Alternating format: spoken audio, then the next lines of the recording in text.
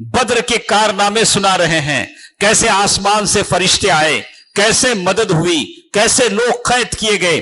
اچانک عمر رضی اللہ تعالی عنہ کی نگاہ عمیر ابن وہب پر پڑی، گردن میں تلوار لٹکائے، بڑا عمدہ سواری گھوڑا باندھ رہا ہے۔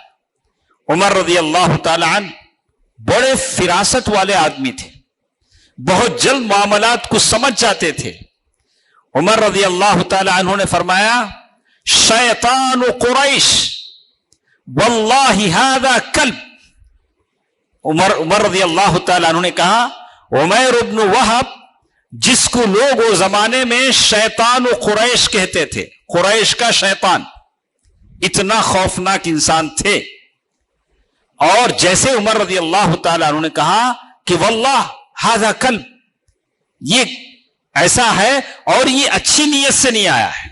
عمر رضی اللہ تعالیٰ نے فوراً کہا کہ یہ اچھی نیت سے نہیں آیا ہے، اور پھر فوراً گئے، گردن اور تلوار دونوں کو ملا کے پکڑ لیا، دونوں کو ملا کے پکڑ لیا، اور اللہ کے نبی صلی اللہ علیہ وسلم اندر ہیں۔ بولا، یا رسول اللہ، اے اللہ کے نبی، عمیر ابن وہب آیا ہے اور گردن میں تلوار لٹک رہی ہے، کیا کیا جائے؟ اللہ کے نبی صلی اللہ علیہ وسلم فرمایا کہ اس کو اس کی تلوار کے ساتھ میرے پاس لاؤ۔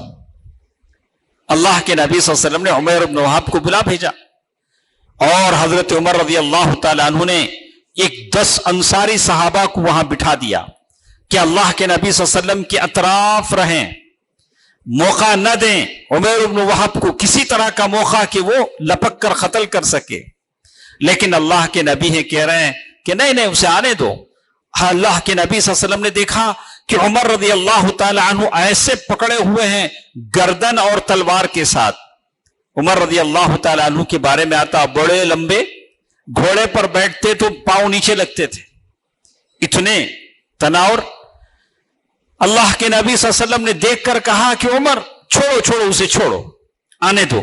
بولا نہیں اللہ کے نبی، تلوار ہے۔ بولا نہیں کوئی بات نہیں، آنے دو۔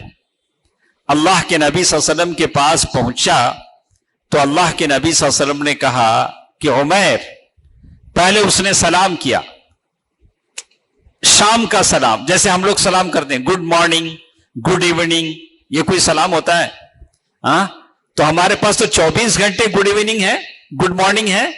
تو وہ سلام اس نے کیا تو اللہ کے نبی صلی اللہ علیہ وسلم فرمایا کہ نہیں، ہمارے پاس اس سے بیٹر سلام ہے۔ دیکھیے، کبھی بھی سامنے والے سے انسپائر نہیں ہونا، چلو بڑے آدمی جو بھی بولے مان لیں گے، چلو سر جھکا کے نہیں۔ اللہ کے نبی صلی اللہ علیہ وسلم نے غلط بات کو فوراً ٹوکا، کہا کہ ہمارے پاس جنت کا سلام ہے، السلام علیکم، السلام علیکم ورحمۃ اللہ وبرکاتہ۔ پھر اللہ کے نبی صلی اللہ علیہ وسلم نے عمیر سے پوچھا، عمیر کیوں آئے ہو، کیا بات ہے؟ بولا کہ اللہ کے نبی، میرا بیٹا آپ کے پاس ہے، جنگ بدر میں قید ہو گیا ہے، میں اس کو چھڑانے آیا ہوں، کمپنسیشن دینے آیا ہوں، فدیہ دینے آیا ہوں۔ تو اللہ کے نبی صلی اللہ علیہ وسلم فرمایا کہ پھر تلوار کیوں ہے تمہارے گلے میں، یہ تلوار کیوں لٹک رہی ہے؟ تو عمیر بن وہب نے کہا، اللہ کے نبی، یہ تلوار کیا کام آئے ہم لوگوں کو؟ جنگ بدر ہوئی، ہم ہار گئے، یہ تلوار صرف دکھانے کی ہے، کام آنے کی نہیں۔ اللہ کے نبی صلی اللہ علیہ وسلم نے اسے بٹھایا، بٹھا کر کہا، عمیر کیا تم جانتے ہو کہ فلاں چاندنی رات کو تم اور صفوان دونوں حتیم میں بیٹھے تھے، صفوان سے تم نے یہ کہا تھا اور تم سے صفوان نے یہ کہا تھا، ساری بات ہو بہو نبی رحمت نے سنا دی۔ عمیر بن وہب کے ہوش حواس اڑ گئے، پریشان ہو گیا۔ اس نے کہا کہ اللہ کے نبی، پہلے آپ قرآن مجید کی آیتیں سناتے تھے کہ آسمان سے آ رہی ہیں، غیب کی باتیں سناتے تھے کہ آسمان سے آ رہی ہیں، تو ہم انکار کر دیتے تھے، ہم بولتے تھے اساطیر الاولین، یہ پہلے لوگوں کی کہانیاں ہیں، آپ کسی رومی غلام سے سیکھ لیے ہیں، آپ کی یہ بناوٹی باتیں ہیں۔ لیکن یہ بات جو آپ سنا رہے ہیں میرے اور صفوان کے بیچ میں ہوئی باتیں ہیں، اس کو کسی نے نہیں سنا، مجھ سے پہلے کوئی مکے سے مدینہ آ نہیں سکتا، اتنی تیز رفتار سواری لے کر میں آیا ہوں۔ اشہد ان لا الہ الا اللہ وان محمد الرسول اللہ، میں گواہی دیتا ہوں کہ آپ اللہ کے سچے رسول ہیں۔ خون کے پیاسے دربار نبوی میں آتے ہیں تو صحابی بن کر نکلتے ہیں، سارا مدینہ تکبیر سے گونج اٹھا کہ شیطان و قریش حواری رسول بن گئے صلی اللہ علیہ وسلم۔ دیکھا کہ مجھے یقین نہیں تھا، لیکن میں نے جو بات آپ کی زبان سے سنا مجھے یقین ہو گیا کہ آپ اللہ کے سچے رسول ہیں۔ دیکھیے ایمان کیسے کارگر ہوتا ہے۔ ایک طرف عمیر ابن وہب کی یہ حالت ہے، اللہ کے نبی صلی اللہ علیہ وسلم نے جیسے انہوں نے کلمہ پڑھا، اللہ کے نبی صلی اللہ علیہ وسلم کے اخلاق دیکھیے، حسن اخلاق دیکھیے، نبی رحمت کو دیکھیے، کہہ رہے ہیں کہ ان کو لے جاؤ، علموہ القرآن، ان کو قرآن سکھاؤ، اسلامی آداب سکھاؤ۔ ہمارے پاس کیا ہوتا ہے، جو بھی ریورٹ آتے ہیں مسلمان ہوتے ہیں، ہم ایک دو سیلفی لے لیتے ہیں، اس کے بعد اسے چھوڑ دیتے ہیں ہوا پر۔ ویسا نہیں، اللہ کے نبی نے نہیں چھوڑا ہے۔ جو لوگ اسلام میں آئے ہیں ان کے تعلق سے کہا علموہ القرآن، ان کو قرآن سکھاؤ، ان کو اسلامی آداب سکھاؤ، فالو اپ ہونا چاہیے۔ جو لوگ نئے مسلمان ہوتے ہیں ان کو طرح طرح کے مصائب آتے ہیں، مشکلیں آتی ہیں، بچیوں کے رشتے کے معاملے ہو جاتے ہیں۔ کتنے لوگ آپ لوگ ہیں جو اپنے بچے کی شادی کسی ایسی خاتون سے کرنا چاہیں گے جو مسلمان ہوئی ہے؟ آپ چاہتے ہیں؟ کئی لوگ نہیں چاہتے۔ ان کی اس چیز کو ختم کرنا چاہیے جس نے اسلام قبول کیا ہے۔ اور پھر اللہ کے نبی صلی اللہ علیہ وسلم فرمایا اطلقوا اسیرہ، اس کا جو قیدی ہے اسے آزاد کر دو، اس کے پیسے لینے کی ضرورت نہیں، اس کے قیدی کو آزاد کر دو۔ دوسری طرف صفوان مکے میں ہے، خواب دیکھ رہا ہے اور آنے جانے والے قافلوں سے کہہ رہا ہے آپ کو راستے میں کہیں عمیر ملے، آپ کو عمیر نظر آئے؟ سارے مکے میں گلیوں میں گھوم کر کہہ رہا ہے دیکھو اپنے مرنے والوں پر مت رو، ماتم منانے کی ضرورت نہیں، بہت جلد ایک ایسی خبر آئے گی آپ لوگوں کے دل خوشی سے جھوم جائیں گے۔ صفوان اپنے انتظار میں ہے کہ عمیر جائیں گے، اپنا کام وہ جو گناہونی سازش جو تھی وہ کر دیں گے، لیکن اسے نہیں معلوم تھا کہ عمیر مسلمان ہو گئے۔ بالآخر ایک آدمی نے آ کر صفوان سے بتایا کہ عمیر اب اللہ کے رسول کے دشمن نہیں، مسلمان ہو گئے۔ تو عمیر نے قسم کھا دی کہ اب میں زندگی بھر اس کا چہرہ نہیں دیکھوں گا۔ لیکن جب وہ مکہ واپس آئے تو مکے میں رہ کر داعی بن کر جینے لگے، تبلیغ کرنے لگے، ان کے ہاتھ پر کئی لوگ مسلمان ہوئے۔ یہ ہے عمیر ابن وہب۔ عمیر ابن وہب جو اپنے بیٹے وہب کو چھڑانے بدر کے میدان، بدر کا جو قیدی تھا اس کے لیے گئے تھے۔ تو ہم یہ کہتے ہیں کہ یہ اللہ کے نبی صلی اللہ علیہ وسلم کی سیرت ہے، جن کی دیکھنے والے اپنی زندگیاں بدل لیتے تھے، خون کے پیاسے اپنی زندگیاں بدل لیتے تھے۔ دوستو عزیزو، ضرورت اس بات کی ہے کہ ہم اپنے بچوں کو سیرت سکھائیں، لیکن یاد رکھیں اللہ کے نبی صلی اللہ علیہ وسلم کا ہمیشہ یہ نہیں تھا کہ ایک تماچا ادھر ماریں تو اچھا ادھر بھی مارو، ایسا نہیں تھا۔ اللہ کے نبی صلی اللہ علیہ وسلم نے بہت صبر کیا، جہاں تک صبر کرنا تھا صبر کیا۔ بنو قینوقا جو یہودیوں کا قبیلہ تھا، مکے میں جب مکے والوں کو مسلمانوں پر جب فتح ہو، مکے والوں کو جب شکست دے دیا گیا، مکے والے جب ہار گئے بدر کے میدان میں، تو اللہ کے نبی صلی اللہ علیہ وسلم نے سارے بنو قینوقا یہودیوں کو بلایا، سمجھایا دیکھو اسلام لالو، مان جاؤ، اس سے پہلے کہ تمہارے ساتھ ویسے ہی ہو جیسے مکے والوں کے ساتھ ہوا۔ تو بنو قینوقا یہودیوں کا ٹرائب تھا، وہ مدینے میں رہتے تھے، برتن بیچتے تھے، سنار کا کام کرتے تھے، قرضے دیتے تھے۔ جیسے آج کل ہمارے پاس ایک مخصوص گروپ ہے جو مسلمانوں کے محلے میں چھوٹے چھوٹے دکان کھول کے بیٹھتا ہے، بڑا سا بورڈ لگا کے، جہاں مسلمان عورتیں برقع پہن کے کھڑے ہو کے کیا کرتی ہیں؟ قرضے لیتی ہیں، زیورات بیچ کر، بنگڑیاں بیچ کر. ایسے وہ زمانے میں بھی ایک تھا، اس کا کام ہی یہی تھا.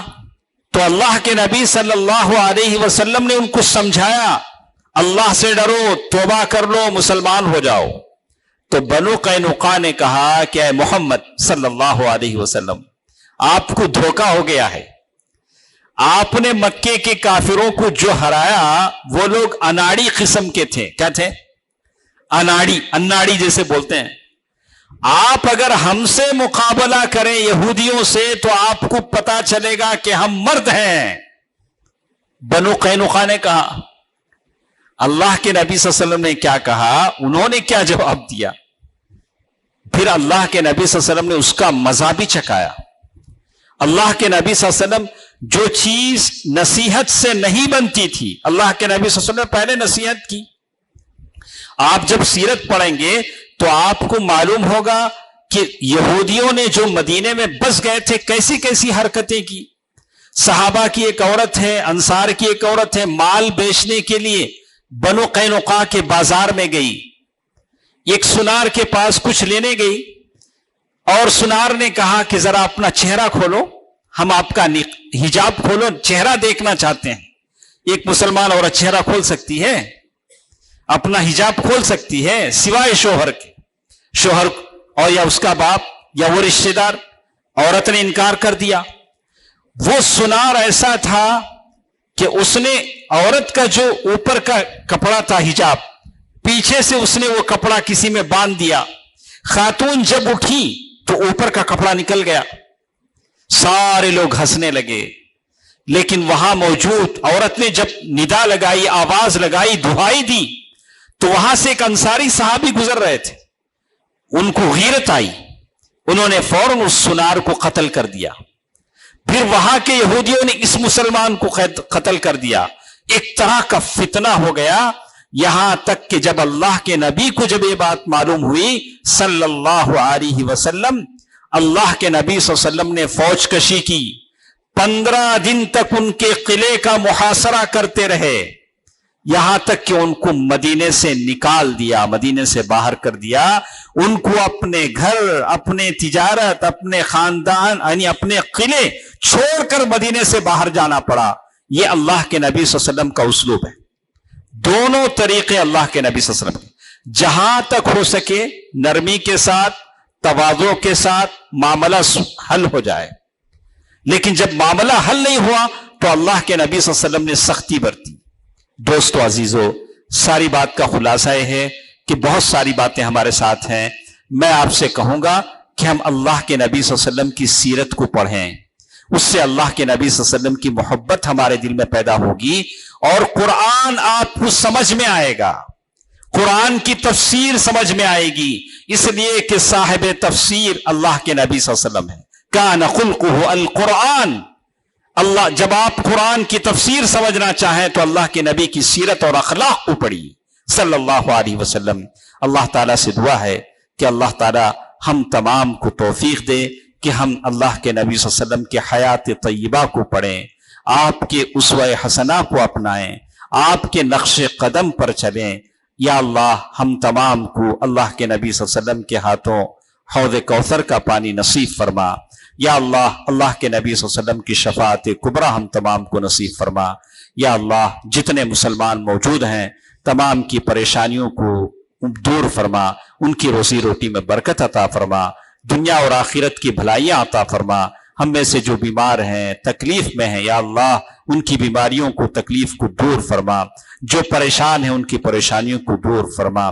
یا اللہ جتنے لوگ بھی سیلاب میں، مصیبتوں میں دنیا سے جا چکے ہیں، بیماریوں میں اللہ کے پیارے ہو چکے ہیں، یا اللہ ان تمام کی مغفرت فرما. آمین. صدق اللہ العلی العظیم ونفعنی وإياکم بالآیات والذکر الحکیم. انہ تعالی جواد ملک کریم بالرؤوف الرحیم.